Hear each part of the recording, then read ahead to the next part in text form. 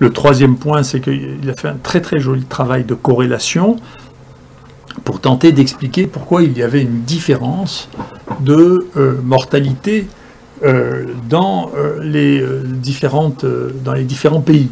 Puis on regardera dans les différentes zones. Alors dans les différents pays, il a regardé si le nombre de décès, ce qu'on appelle le taux d'attaque de décès, c'est le nombre de décès par population, était lié à la densité de la population dans le monde. Et il n'y a pas de rapport. Donc pas de rapport clair. Deuxièmement, est-ce que c'est l'urbanisation? Et la réponse est non, il n'y a pas de rapport non plus. C'est une illusion d'optique, c'est parce que, bien sûr, il y en a plus dans les villes, parce qu'il y a plus de gens. Est-ce que c'est lié au fait que la population dans un endroit donné a plus de 65 ans, ce qu'on pouvait attendre comme étant raisonnable?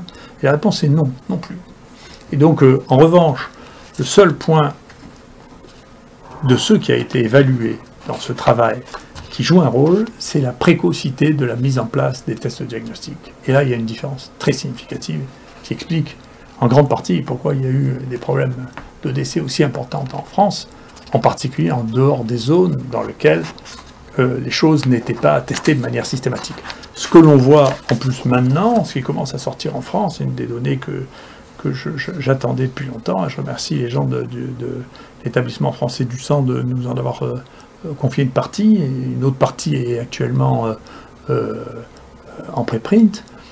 C'est que maintenant on peut mesurer quelle a été l'importance de l'épidémie dans les zones dans lesquelles ceci a été testé, et c'est très intéressant parce que ça recouvre exactement, nous, l'incidence chez les gens testés des différentes régions de France. Il y a des gens qui sont venus se faire tester à Marseille, d'un peu partout en France, parce qu'ils ne pouvaient pas se faire tester ailleurs, et donc on a eu des gens d'Île-de-France, des gens de l'Est, des gens de Nouvelle-Aquitaine, et on a les séroprévalences, c'est-à-dire le taux de gens qui ont été infectés.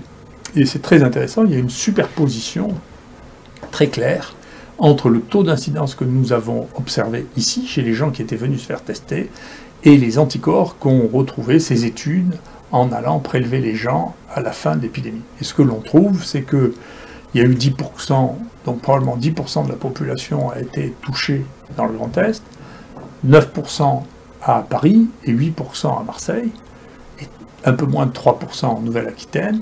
Alors ça traduit parfaitement les chiffres que nous connaissions par ailleurs, mais ça veut dire qu'il y a des endroits dans lesquels il y a une surmortalité qui n'est pas liée à l'épidémie, qui n'est pas liée à l'âge, qui n'est pas liée à l'urbanisation, qui est liée à la prise en charge. Que donc, ce qui s'est passé à Marseille et dans les Bouches-du-Rhône, c'est que la prise en charge est différente. Ça n'est pas que l'épidémie ne nous a pas touchés. Elle nous a touchés d'une manière qui est comparable.